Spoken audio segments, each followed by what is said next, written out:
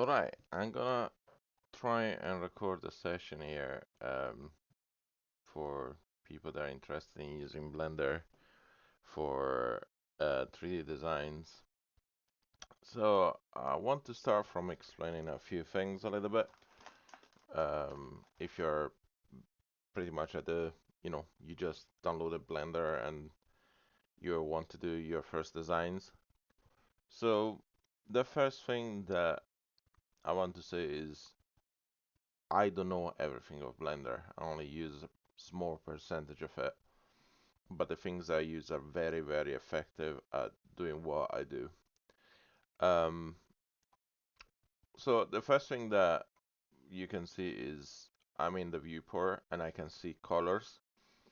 You probably have tried Blender before and it was always gray. We will get to that part in a minute.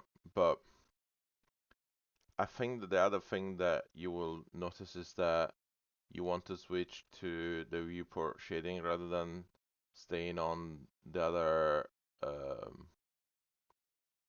let's say, ways of seeing things, because otherwise it's, at least personally, I don't like seeing just the lines or just the gray. Sometimes I switch to this because the transparency allows you to see through things a little bit, and I kind of like how it does this shiny effect on the edges sometimes. It's easier to see the shapes. But otherwise, 99% of the time I'm working in this mode. So switching to this viewport allows you to then assign colors and to see them. And they're rendered live. As you can see, I can move things around and they're still all rendered. While for high definition renders, I use a different method, which is to, I need to scroll up all the way to the top here. I prepare a renderer, and we can talk about that as well when we get to that point. So here I pretty much created a stage where every time I want to render something, I have a camera, I have some light sources, three of them, one from behind and two from the front. And then I have just, let's say, backdrops, just to make it look more interesting. And that means that every time I want to move something onto the stage, I can just do it, make sure that it looks the part, and then use the actual high definition renderer. But one thing at a time. The other thing to mention when you're using Blender for 3D printing is that the measurements are, it's using the metric system, but it's using in a way that when you're exporting it as an STL, it will look very, very small on your slicer unless you use this conversion by yourself. And I prefer to do it this way, where when I design something, every meter in Blender is a millimeter in real life. That means that if I want to make a 5 millimeter cylinder port like the ones that go, let me see, one that that's not visible, but if I move this part, this is a 5 millimeter cylinder that I applied to this design, to every design really.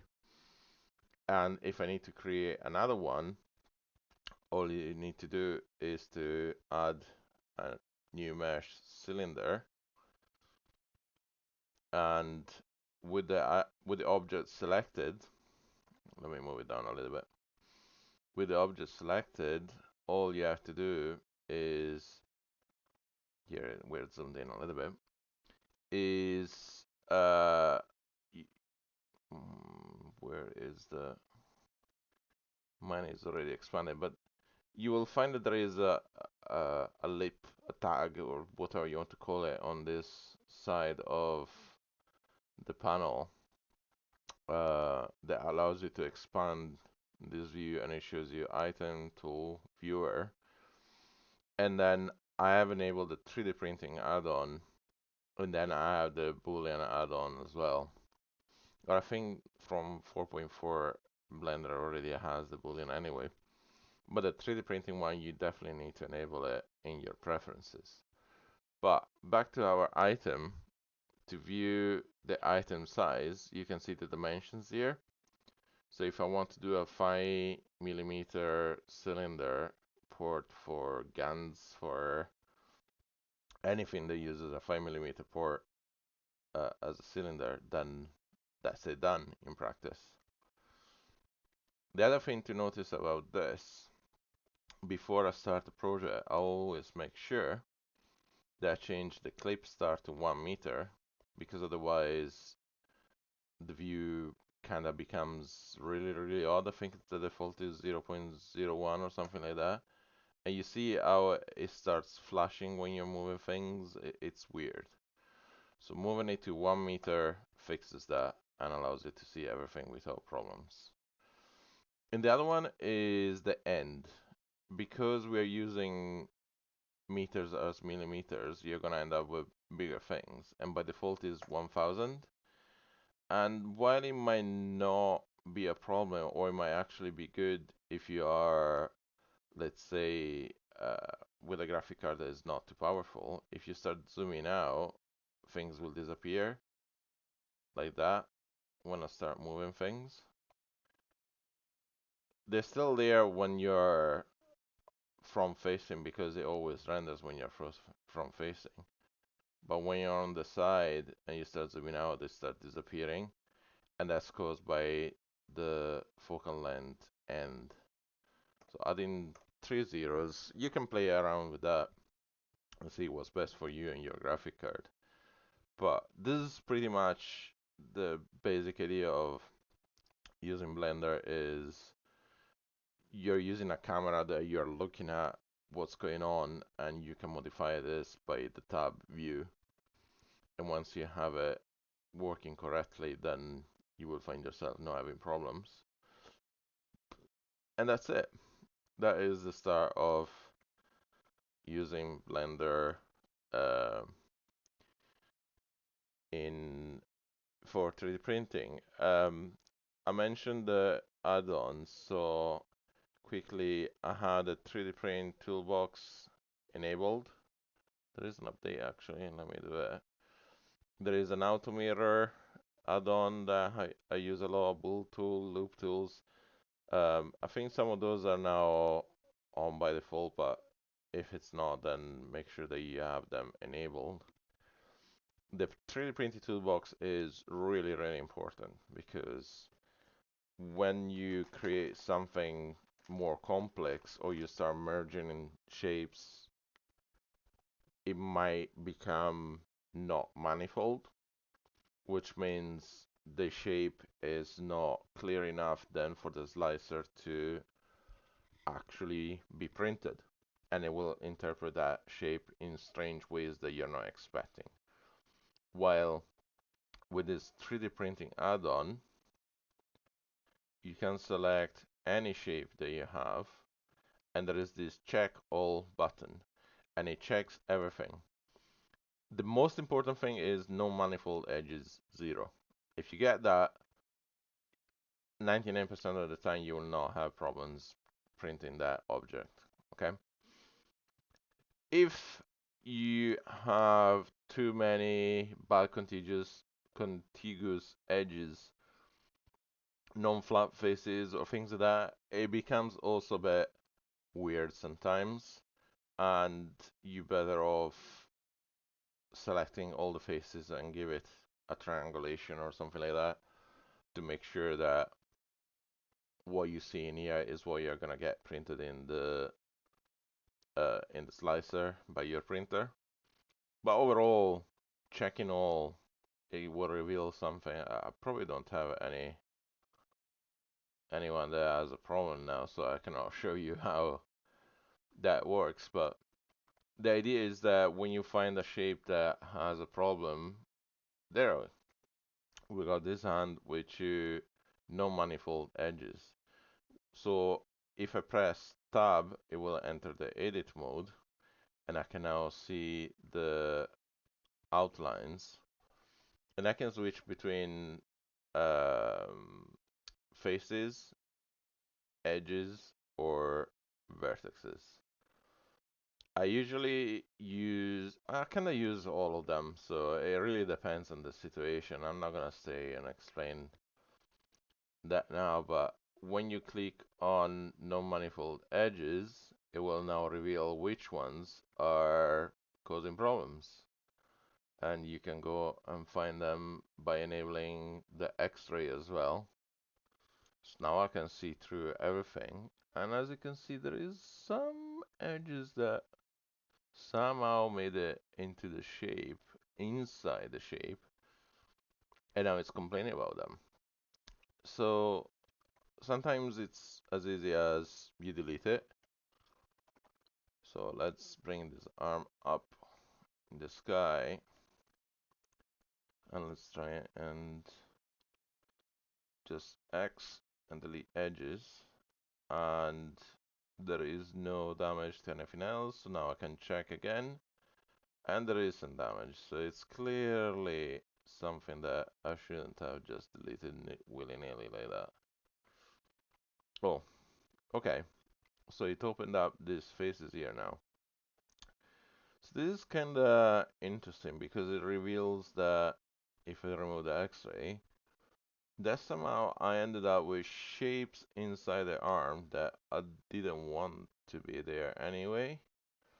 Probably because I merged some stuff together, and it's now complaining about them being exposed like this. So you want to close this shape, but I also want to remove these faces inside at this point, now that they're being revealed. So I remove the X-ray, I switch to face mode, and I can select even multiple ones like this, and I can try and delete them. This one I'll do on its own. There's a big one. There's more faces in here, and I'm probably doing some damage as well in the way of how the uh, manifold is applied at the moment. But now I want to remove some edges. So what I'm trying to get to is where when I check, I might have more edges now, but you can see that now it's more contained into this area that I actually want to close.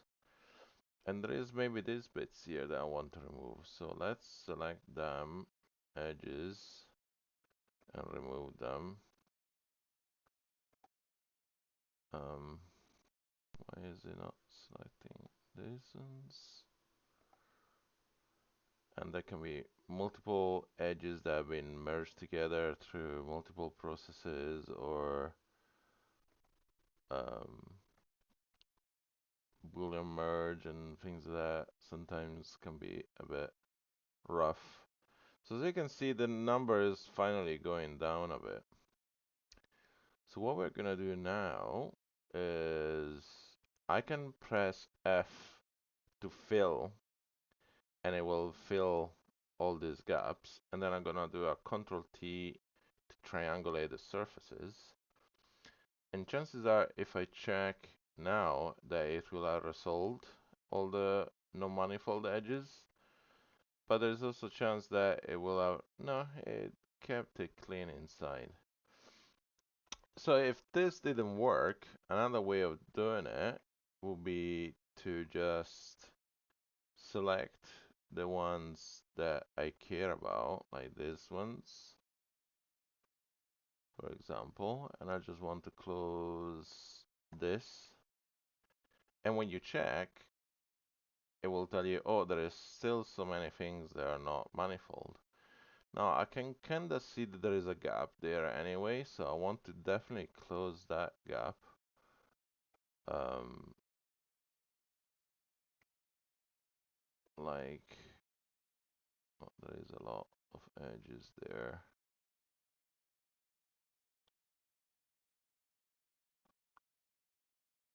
So yeah, that might be alright. And then I do F, and I reduce to 9. Okay. So now you get to the point where it's hard, like if you start deleting them again and then redoing again, you never get done. And this is where this make manifold button instead comes into play.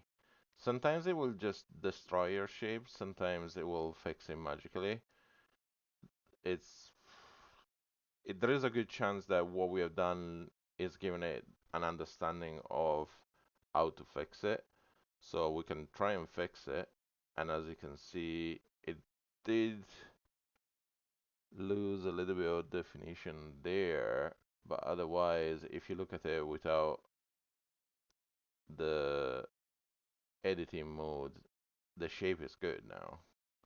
So what I like to do is, while it's all selected like that, I give it a triangulation. I add some lines here that now gives you these nicer edges, and it's better for the 3D print overall.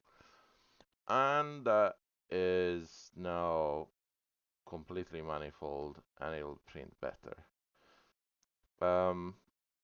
If you're worrying about these intercept faces, most of the time the printer, well, the slicer handles it without problems, so I wouldn't worry about that too much. But if you do, then good luck trying to fix that many intercept faces, because yeah, it's gonna be a journey. So now that we got that fixed, probably this one has the same problem because I copied it left and right.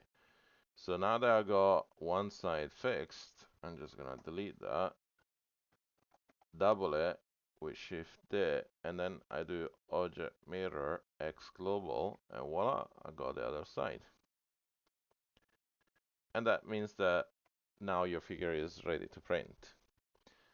To export a print, you can still use this tool.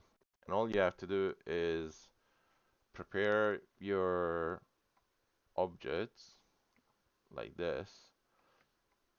So let's do this one, okay? So I haven't renamed the files yet, so that's also good to show. If you switch to the object tab, you can see the name here. So I'm just gonna give this, I'm gonna remove the headline. So this is just the head. I'm gonna check it again before exporting it. As you can see, this is a much simpler uh, interface. And I'm inside my projects folder where the Blender file is. So I'm gonna create a new one. I'm just gonna call it, I don't know, shield or shuttle or something like that. I like to call it shield just because it's, on the chest as the shield. So now we accept it. As you can see now, it says that it's gonna write it inside the folder shield. And when we export it, it's gonna export it in format STL. And you have some other options here, but you don't need that. So for what we're doing for printing, I just do export. And as you can see down here, it now says exported into the folder shield as constructivoids, which is the name of the blender, dash head. And that's it. So now all I have to do is to go through everything else. This is going to be the chest, check, export, and done. So I like to hide things. You just need to press H so that it's done and you don't have to worry about it on screen anymore. And that's another one done. So let's do this. Is gonna be the right arm. I'm gonna change the connotation. Arm.r. Check. This one is a bit more complex, so more complex figures, because this is all rounded and a mix of rounded things. It's got more faces, so as you can see, the count goes up, but it also takes a moment more to check it, but it's still manifold, so I'm gonna export it. I know it's manifold because I imported this one from another project anyway. As you can see from the aerial voice set. So I'm gonna check. This is also gonna take a second. Export. Sometimes it's funny that it's enough that you mirror something and the faces count changes. I never understood how that works, but whatever. So this is the backpack. Quick check. Oh, it's not manifold because I edited it and I guess I left it in a poor state. So let's check where it's gone wrong. It doesn't like these lines here that I think are not even needed. So I'm gonna try and see exactly what. Yeah, I think these are pretty much rubbish. Let's see what happens when you remove the edges and you're left with some artifacts. So instead, we're gonna check one more time after undoing it. Uh, check it highlights this part. So let's just try and make it manifold and resolve it by itself, just making sure that nothing else got chewed in the process. Looks alright to me. Yeah, calling it today. That's resolved all the problems. Boom. This is the backpack. Export. Done. This backpack hinge. Export. Then we have the wing to the right. Oh, check. Did that actually work? Yeah. Wing left. So this part is a bit boring. It feels like admin, really. But it's still a crucial part of what you do. We're gonna call this backpack nose.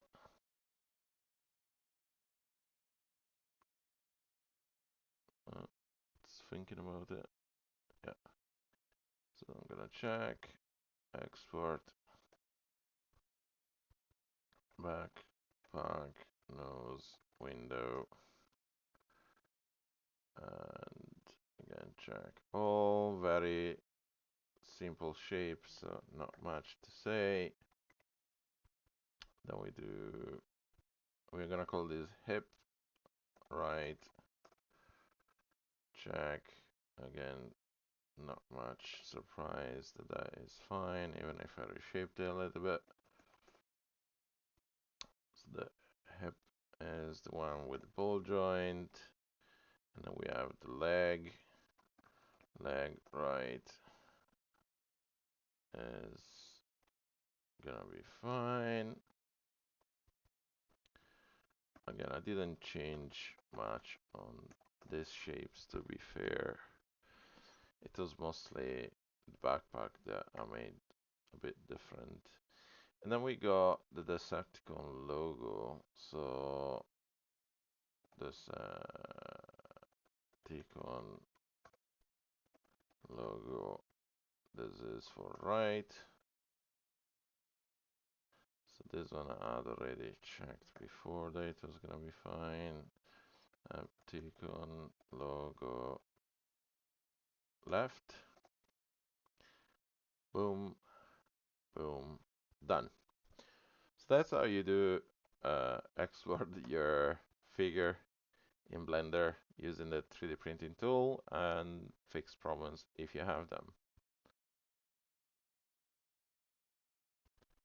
For the second part of this, I want to focus on the face.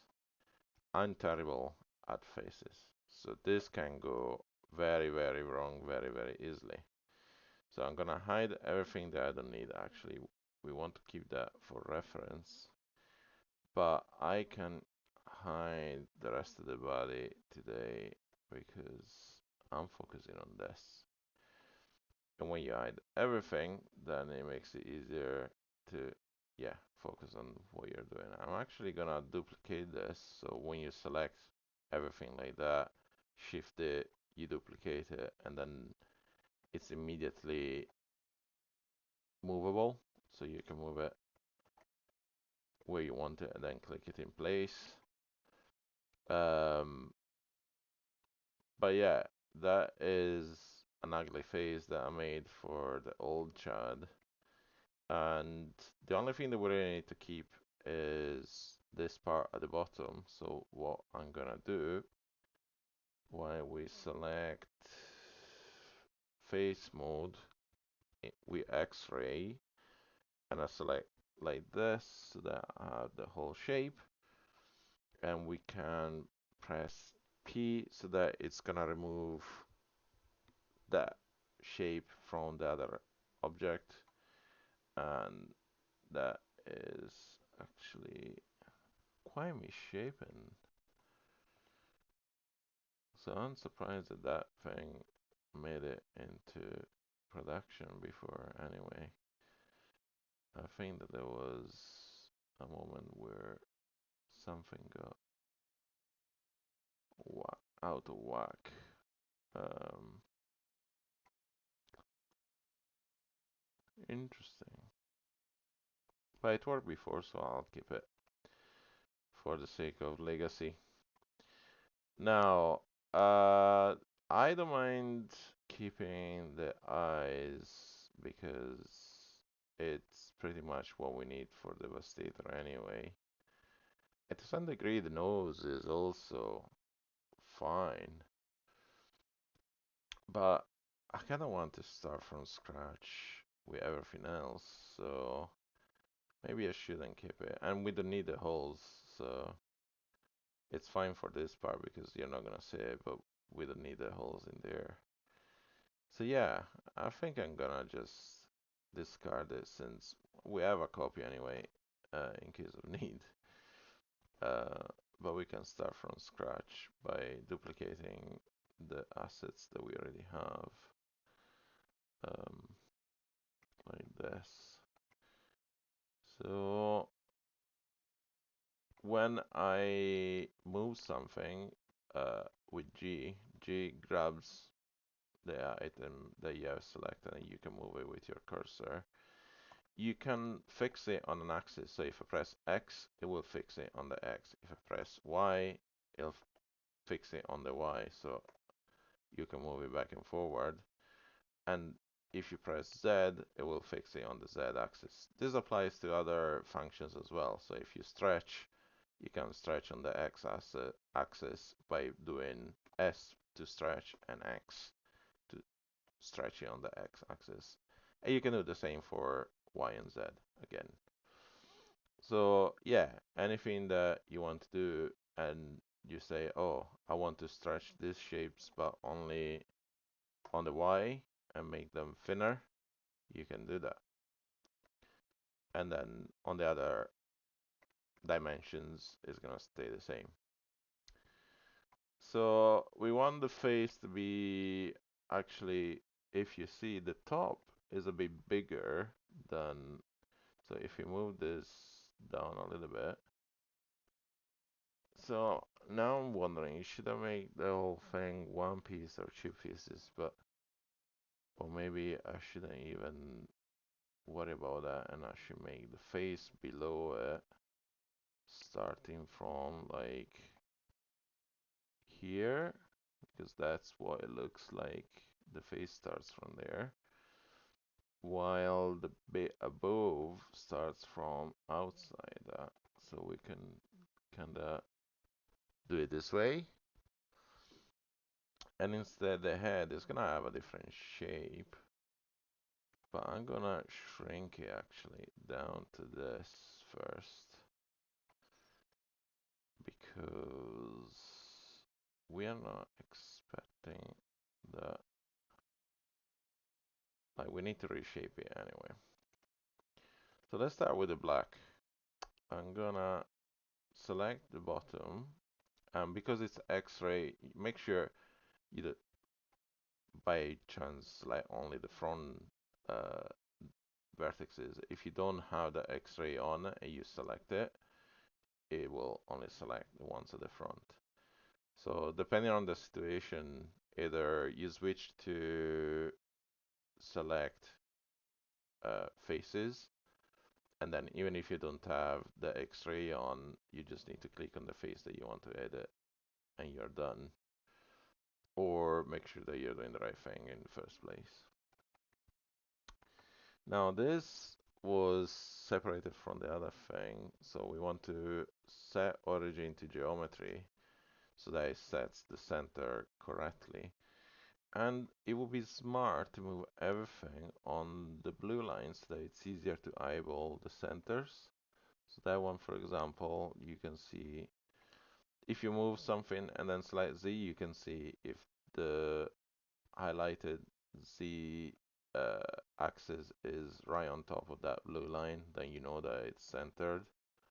That one is a little bit off.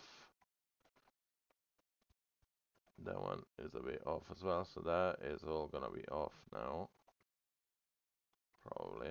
And you can do that as well to cross-check. So now it's all centered, right? Another trick that you can do with one of the add-ons that I enabled is to make something auto mirror. So for example, I'm gonna make that cube auto mirror on the x-axis, which means when I open to edit it, now I have a line exactly in the middle, and you will notice, especially if you enable the X-ray, that while it shows you both sides, uh, being the same, when you select something on one side, the other one is selected as well.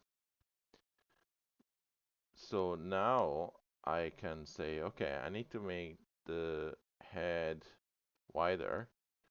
Then I just either extrude or move that face in that direction. And as you can see, it's not going in the direction that I'm thinking. So likely I need to select this one and go to the right, and that brings it there.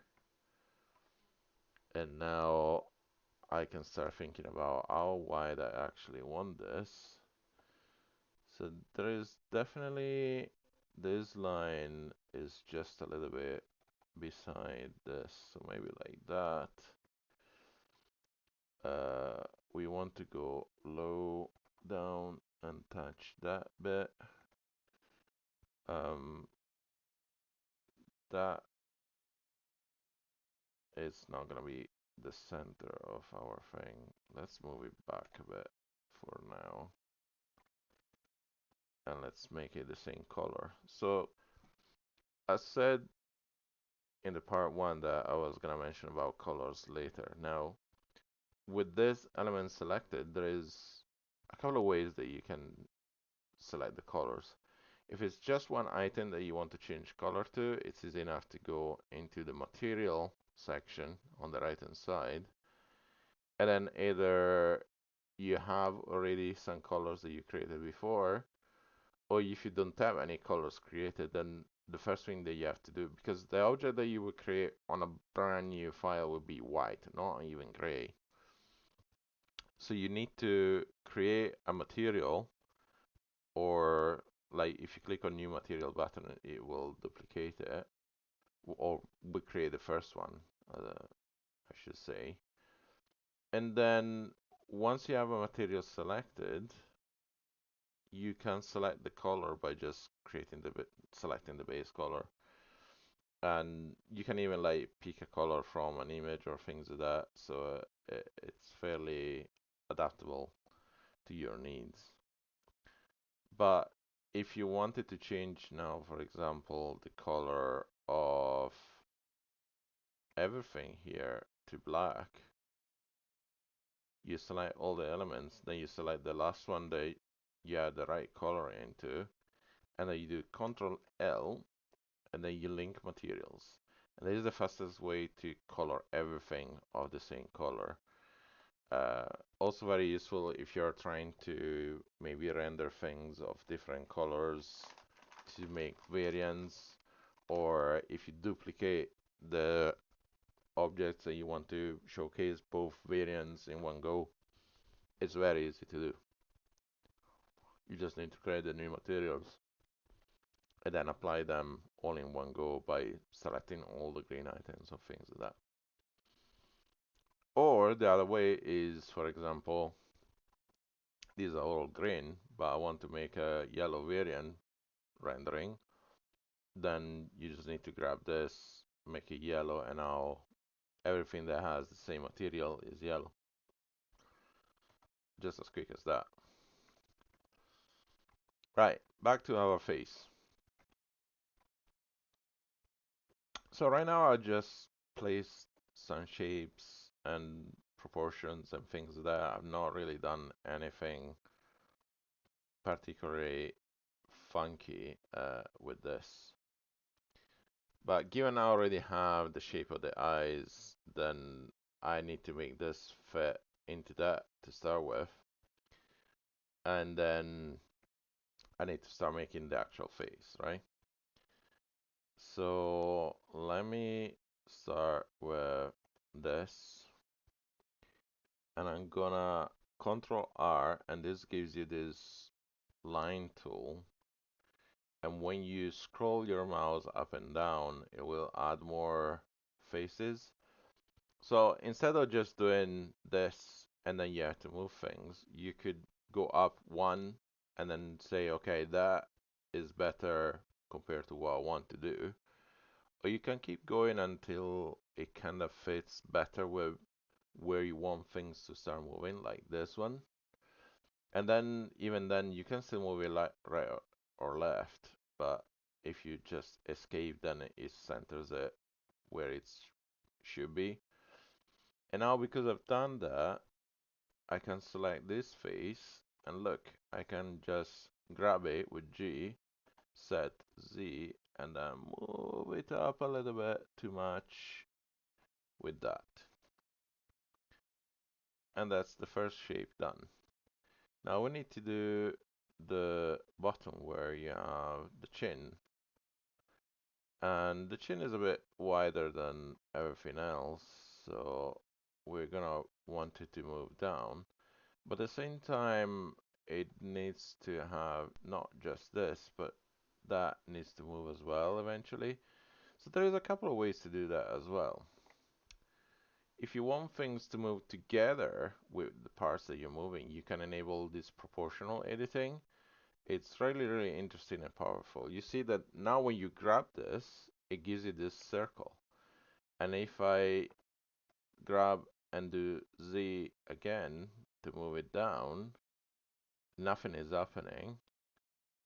But the moment that you use your mouse scroll and move this to make it bigger, and now suddenly everything else is moving as well. You need to be careful because if you don't pay attention, you might move things that you don't want to move. But it's really, really powerful to be able to do, like, especially when you have multiple faces and you want to organically move them to make a round shape or things like that, it can be very useful. So we made a face shape. We give it, the bottom part a bit better. Now let's do the top part as well. So that kind of goes up like a hat. I'm not gonna worry about, the extra bits yet. But that kind of just points out like a helmet, um, and points up as well a little bit. So what we're gonna do with this shape, we're gonna do a similar job to that, I think. I'm gonna split it in multiple parts, probably like that, so that I have a central face to select. And since we already got the item selected like that, I'm gonna move it up there and see that it's already doing it a little bit. But see, if you do it too much, it's gonna move the bottom as well. So that's where you need to be careful. You cannot exceed the item. But this is again not exactly what you wanted for this, but it's still better than nothing, right? So I'm gonna select now these vertices that are outside. I'm gonna remove that, and I'm just gonna shape them the way I want, a little bit by hand. So maybe this looks down like that, and that's a little bit better, right? Now the top surface is actually a bit more flat as well, so maybe we can select this two and go a bit more like that. And that's good enough for me. So this can start settling back a little bit here. We can move that. We grab back to against the face there. And what we're gonna do is we're gonna shape the face a bit more and then the nose. So yeah, we want to move that back a bit more. Maybe you can move it to this side. So to move it from the front to the side, you actually have to think about as if you had different cameras, let's say. So this is camera 1. So when you press 1, you move there. If you press 2, it tilts a little bit. If you press 3, it goes on the side. 4 tilts it a little bit. 5, it's like a 45-degree angle. 6 is this other view, which is also tilted a little bit. It's different from 3. Oh, oh, 6 is actually tilting it compared to where it was. So yeah, 4 is like rotating by 15 degrees around. So you can keep rotating the object, but I never use this. I usually do 1, 3, 7 from the top. And then if you want to invert it, Control 1 from behind, Control 3 from the other side, and Control 7 from the bottom. But yeah, that's how I move things around. So the other thing we could have done was to mirror everything as well, by the way, so that you don't have to worry about editing everything. But you will find out which parts you want to mirror and which ones instead you want to just edit on both sides at the same time. It's fairly easy to do. Bigger objects make sense to mirror it because otherwise it takes forever to shift left and right and apply everything. So let's start adding some dimension to this thing. So here looks like these 3 faces come forward at an angle as well. So they're not just moving forward, but they're moving forward and then tilt. So we're just gonna move things forward a bit and let's see how it plays out. Like we get there. So before you let go, you need to check how it moves. Yeah, so it's gonna curve things in a weird way that you don't want because it's gonna, well, do it. It might be easier to fix the back after anyway.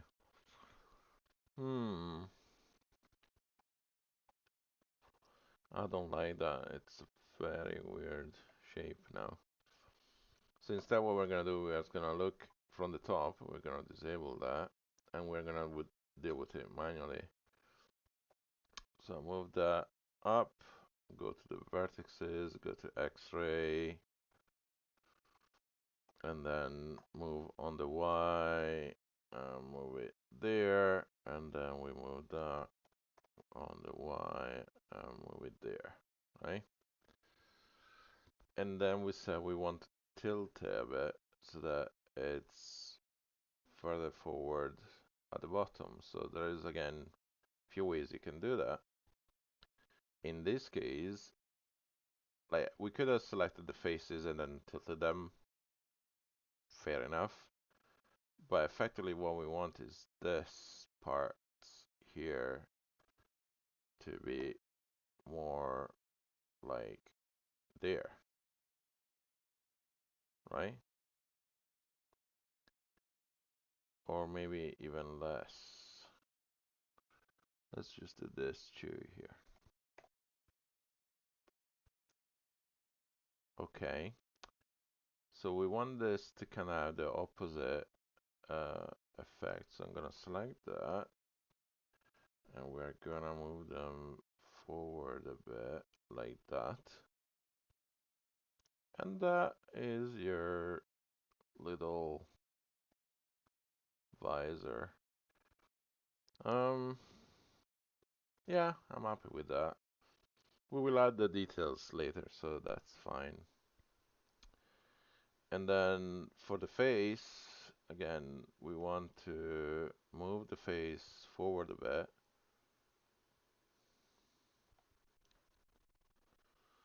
Remove the X-ray. So we kind of want this to move forward, but yeah. See, this comes at an angle a little bit. So if we add Ctrl R like this, it doesn't create that line here because it's, yeah. So let me think, what is the best way to achieve that? I think we want, yeah. So this is more or less where the mouth is gonna go. So I'm gonna add a couple of lines that will become our mouth. But as you can see, it's almost as if maybe we can add another line here. And we will bring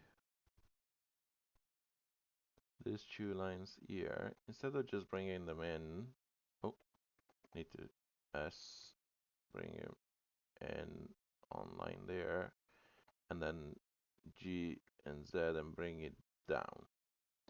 So now that gives us that surface like this that will become our face, okay? And that gives you that same or similar. If you don't like how, let's say how thin this is, we can make it bigger here and go all the way there, for example. And then I can start moving this forward a bit. And you can start seeing how this takes shape. Now this is looking really flat, but we can fix that. We can go and take these lines here and these lines here. So now I'm selecting using the line tool, and you can see again how your lines are moving. So you can move it there, but then that's not what we wanted to achieve necessarily. Or we can leave it, let's say there, and then move these lines here back. Oh, not that one, that one. Back there. So now you have this face line shape that we desired. We can make the face here go back a bit so that it's not as thick. And I think that's pretty decent. It's got a bit of funky line there because of that gap there now. So We can probably fix that. So remove the X-ray, go to vertices, and bring that up in line a bit. And then for that gap there, so that's pretty much this line here being, yeah. So we can move it until, oh, let's select everything. We can move it until these lines align better, and that should remove at least a little bit. Once it's printed, you'll never see it again. So yeah, I think that's fine. So now we get, let's start from the nose because that's gonna be easier to handle. We're gonna make it stop around there. And we don't need the X-ray, we need the face, we need this face. So this time we're gonna extrude. And usually extrude has this habit of giving you an axis that is perpendicular to the face that you selected. Sometimes it's gonna be handy, and others it's not. Uh, so if you extrude and you want to follow the z-axis, you can do that by asking it to select it specifically. Um, Otherwise, you can just reiterate that you want the y-axis, or if you want the x-axis, you can do all of that uh, as you wish. Again, I like Blender because it gives you all of that control. So now we have this extruded face, and what we're gonna do, we are gonna rotate it. Now, the way I like to rotate things, like we could just set that against it and be done with it, but I want to show you the rotation. So you can rotate it manually and achieve what you want to achieve, and you're fine. Maybe we can shrink it a bit so that the nose becomes a bit pointy like that as well. Maybe that's a bit too much now. And that, will be fine. But the other thing you can do when you rotate things, if you know the exact angle that you want, then when you press R, you can do 15 degrees, and that's your 15 degrees rotated nose in place. I don't like that angle there too, so now we can select this and then, put the nose at the angle that you want. Finally, let's try and do the mouth. Right, so we got this, and we need to do the lip at the bottom as well, and then make him a bit grumpy. So this is a bit too big, but you have to rethink about the size that this is going to be printed at. So if you make it too small, you will never see it. If you make it too big, you'll see it too much. But let's give it a little bit more frown as well by moving this down a bit. So now we can select these faces. 25, maybe that's too much. It does have a big frown, so let's extrude. And this time, instead of going outwards, we're going inwards. And I think that's enough to leave that impression of the mouth, since it's not really an open mouth, it's just the line. And for the lip, we're gonna do it the other way around.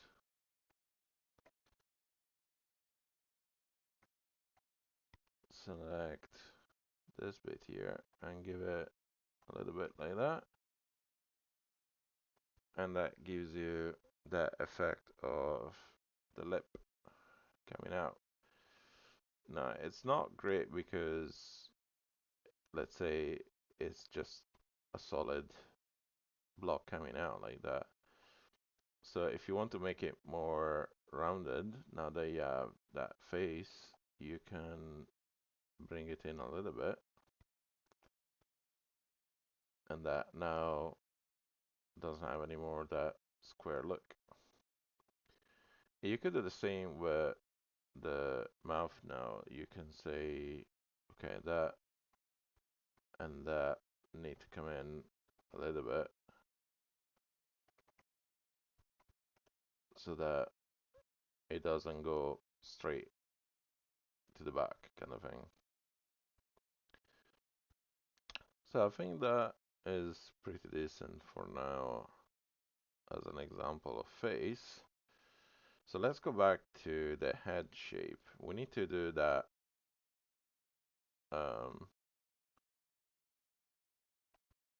what would you call it, that perm. So again, we're gonna use the trick of separating into multiple parts like this. And then I'm gonna pick two faces and just do boop, and then we're done for now. So that was the easy part. Do I want the face to be that flat? No. Let's give it a bit of a bump at the back of the head then. So there's another interesting tool.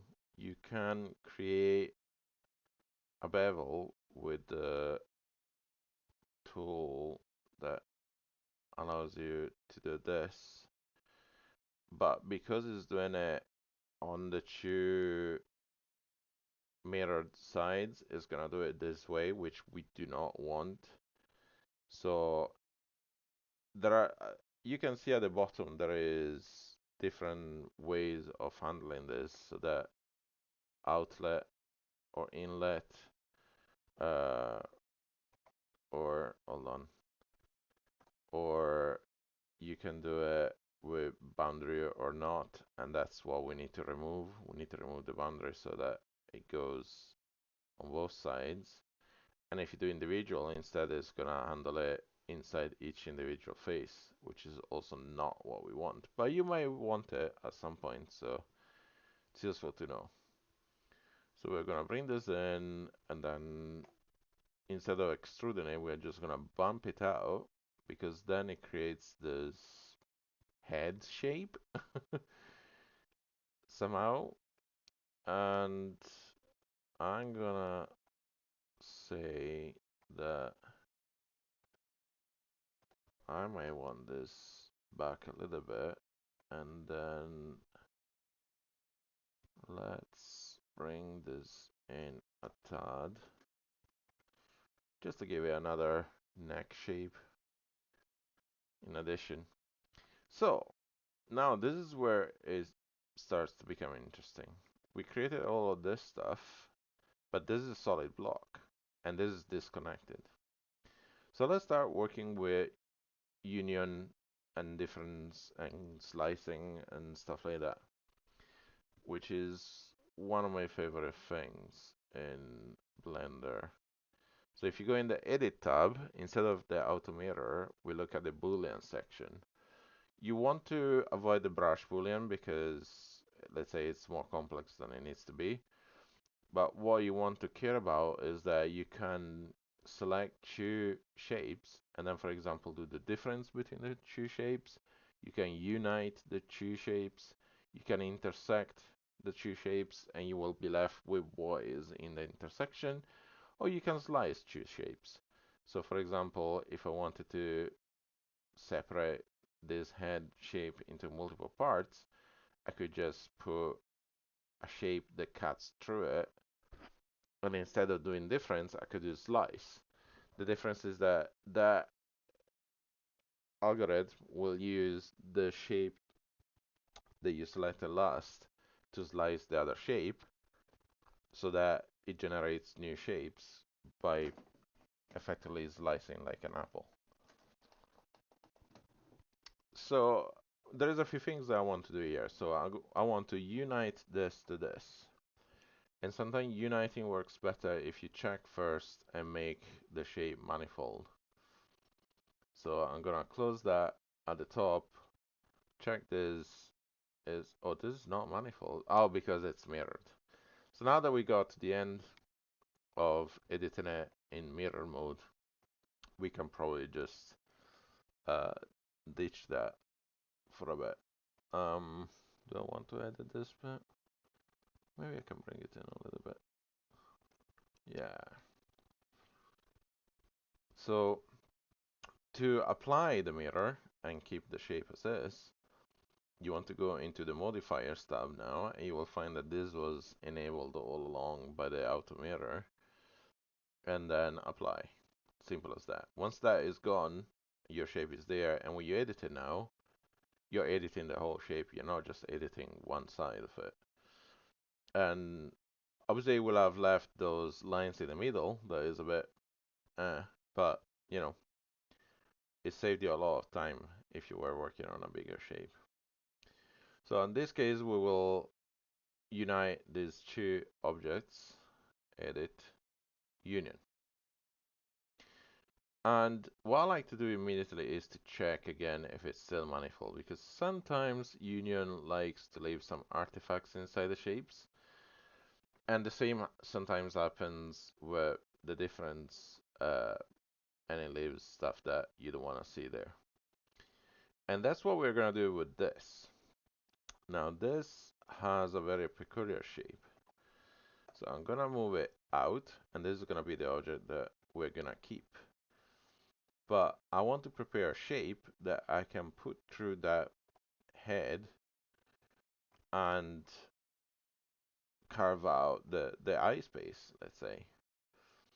And instead of relying on, this because it's got those holes and everything, what I'm gonna do is I'm gonna take this and I'm gonna punch it through as far as I want it to go, or even beyond, doesn't really matter. So now that it's a solid block that will carve a space into our shape.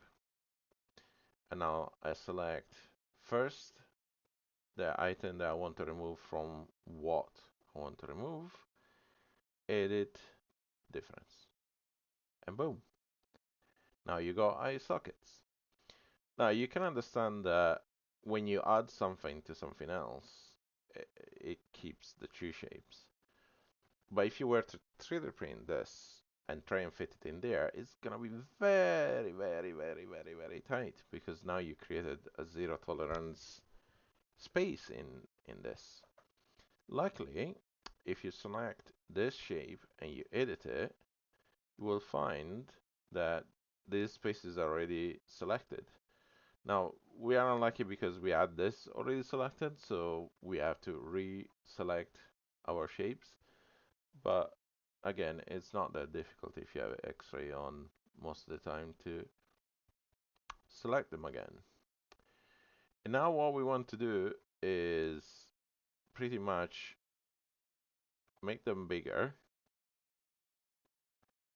but at the same time, you don't want it to spaz out like that. So you want to shrink it again on the Y to go back inside your shape.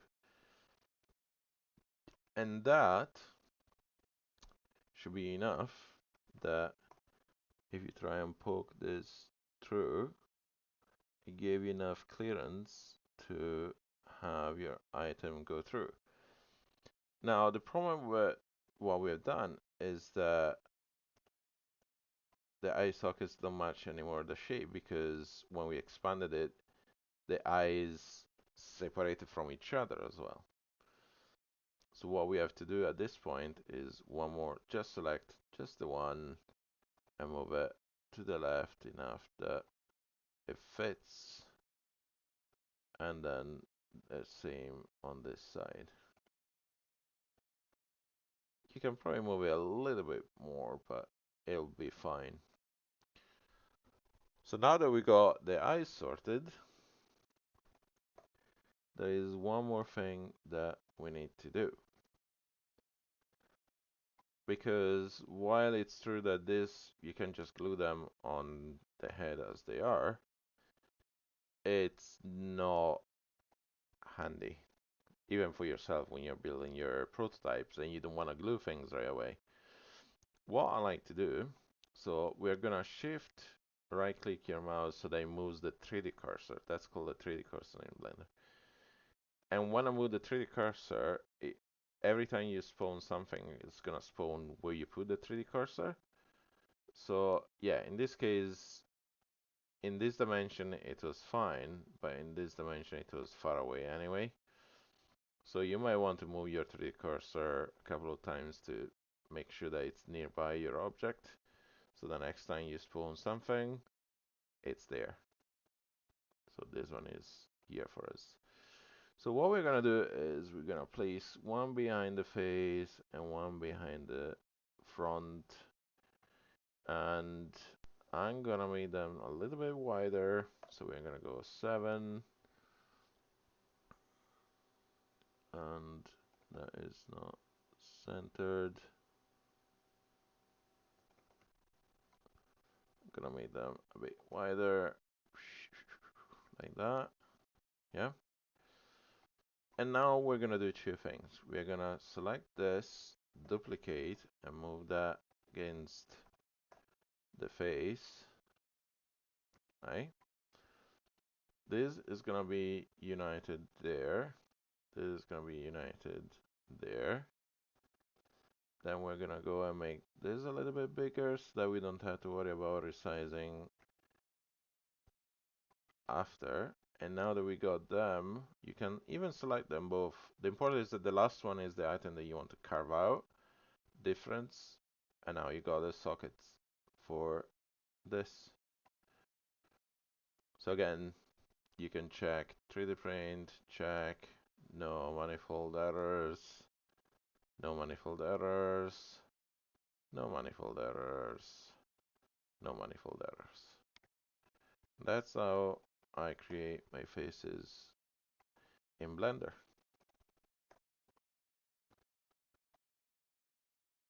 And that's the head for Devastator for my project.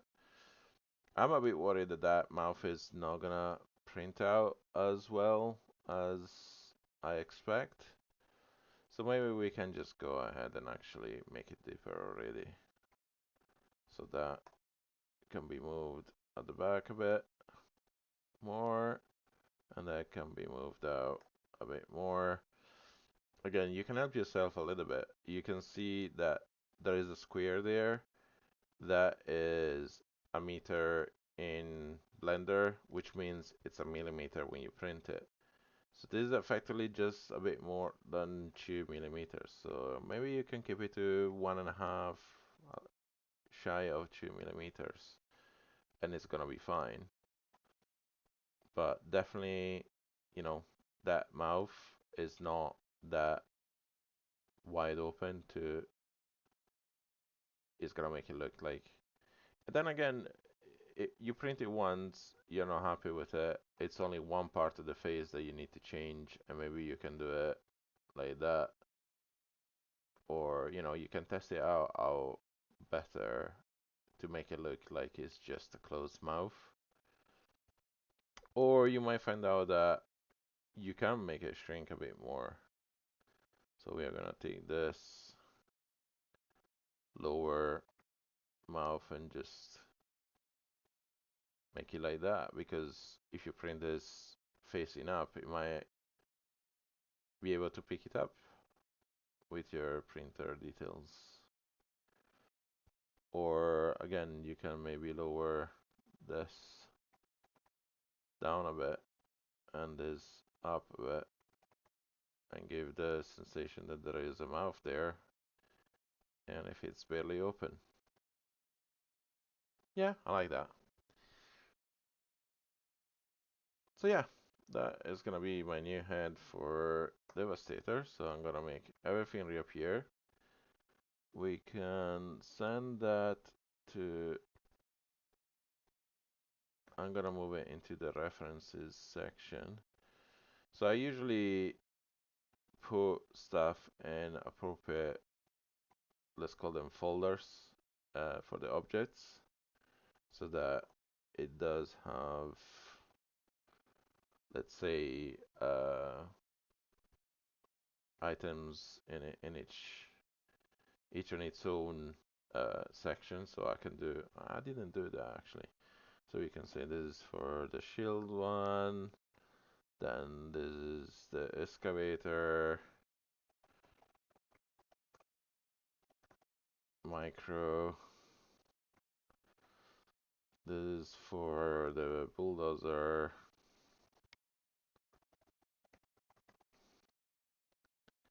so they are just getting created or moved inside subfolders now. So this guy is the crane,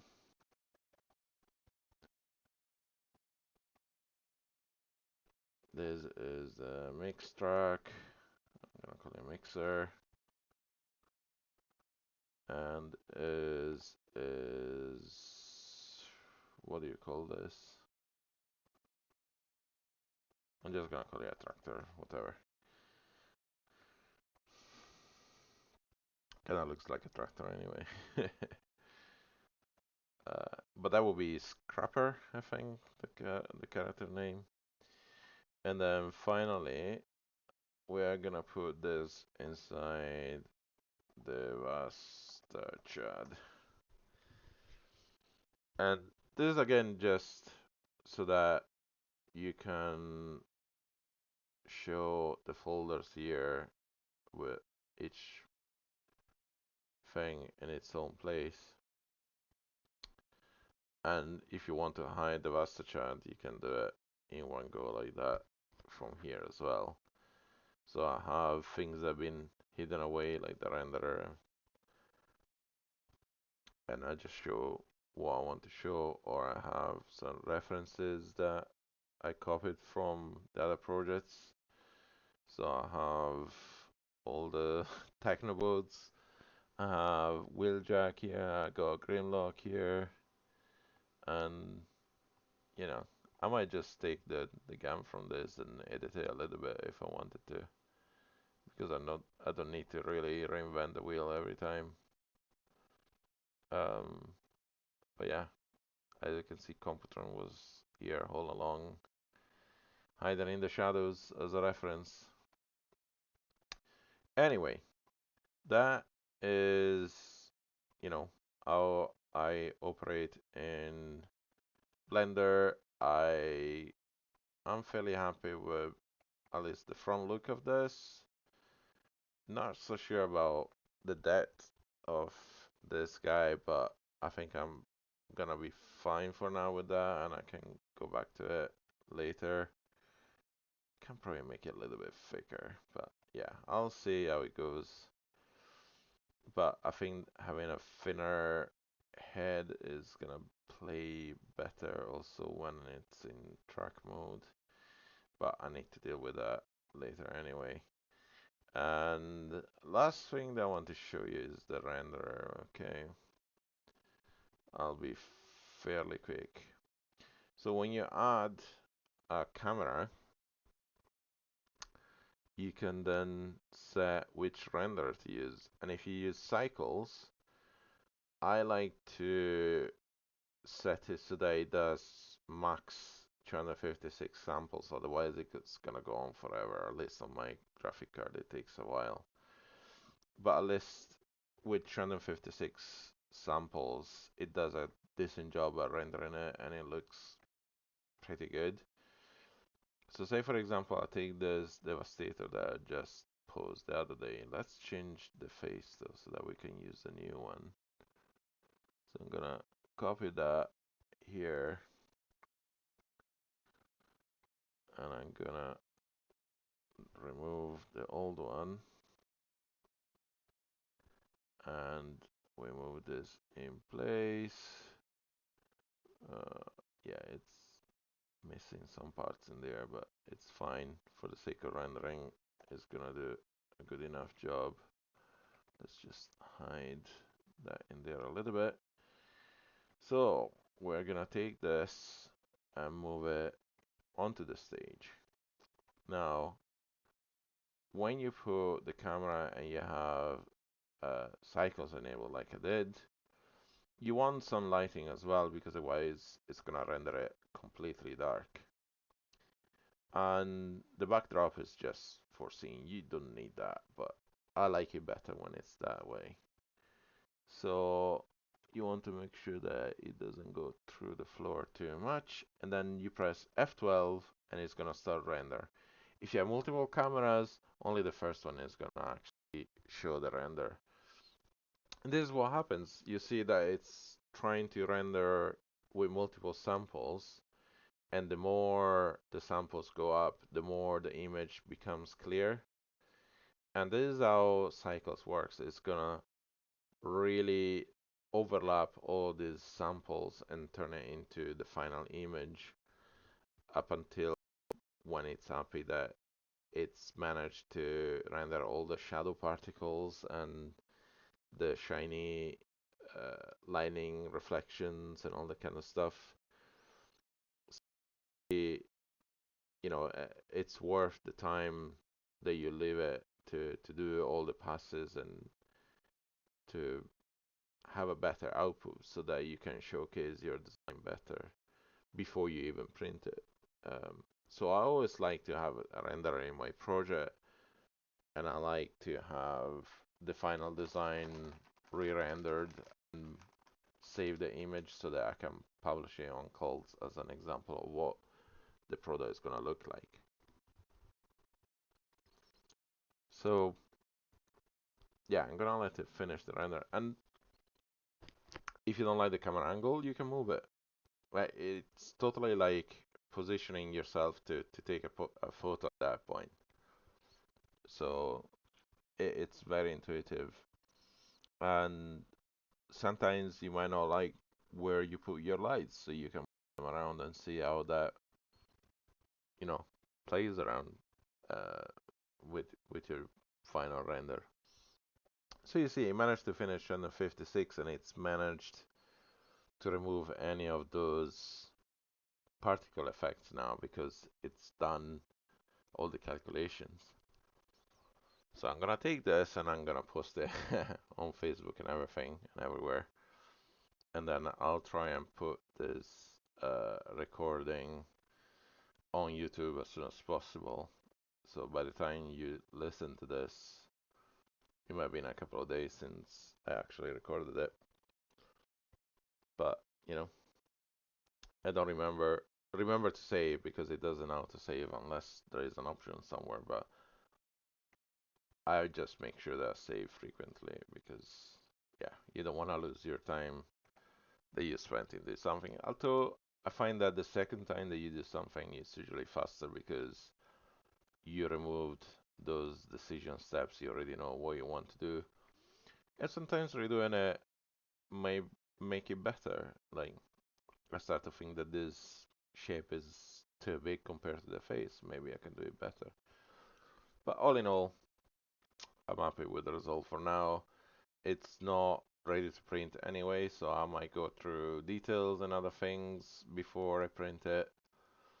I just finished going through the engineering of the backpack that turns into the um, the track bed, whatever you want to call this.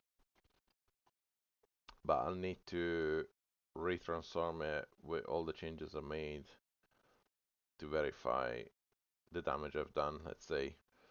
And the track head is going to be completely different as well, so I need to see how that plays out. So all in all, there is still a lot of work to do on this, although I'm happy with a lot of the choices I've made so far.